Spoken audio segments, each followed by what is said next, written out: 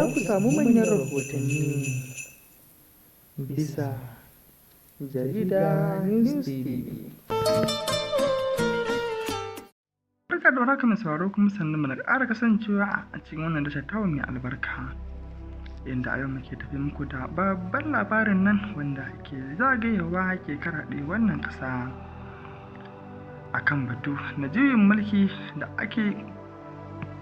akan batun juyin mulki nan da ake zargin wasu manyan sojoji da ke rike da mukamai a gidan soja a Najeriya ke yunkurin yi wa shugaba Bola Ahmed Tinubu, inda kuma hakan ya biyo baya ne bisa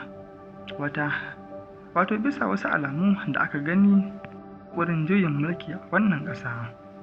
wanda wasu majiyoyi na fitar rahotanni a wannan ƙasa suka gaskata wannan labari,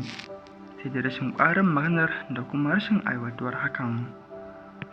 Ga dai yace lamarin ya kaya, kuma sauraro ka biyo mu a sannu mun jin cikakken wannan rahoto, wato haɗi da ɓare maka zare da abawar yace wannan lamari ya kasance. Kuma idan har kai bako ne a tashar mai albarka, ka dangwada mana subscribe da ƙararrawar sanarwa domin ƙara kasance tare da mu a koda yaushe da zarar mun saki sai har labaranmu tare da kuma da manyan rahotanninmu. Wannan labari ya fara bayyana ne a tun lokacin da juyin mulki ta tabbata a ƙasar Nijar, kuma hakan ya jawo hankalin al'umma da dama inda aka ta bibiyan wannan labari a tun wancan lokacin. Sai dai kuma an kasa samun matsaya ko kuma an kasa samun tabbaci a kan juyin mulki a ƙasar Najeriya, duk da dai dama wasu daga cikin al'ummar ƙasar sun tabbatar cewa babu batun juyin mulki a cikin ƙasar, amma ɗarɗin ya ta yawo ne har tun shekaru biyu baya har zuwa yanzu,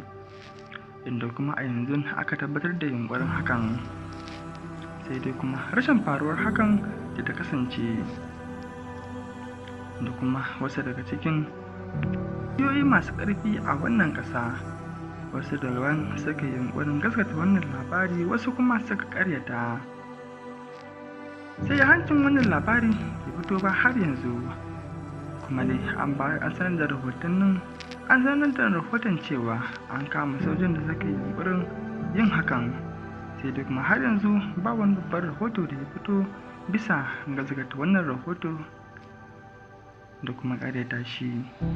Mai sauraro ka biyo mu a sannu, za mu ci gaba da biyan wannan rahoto da zarar sai hancin sa za mu bayyana maka bisa wanda tattawa mai albarka.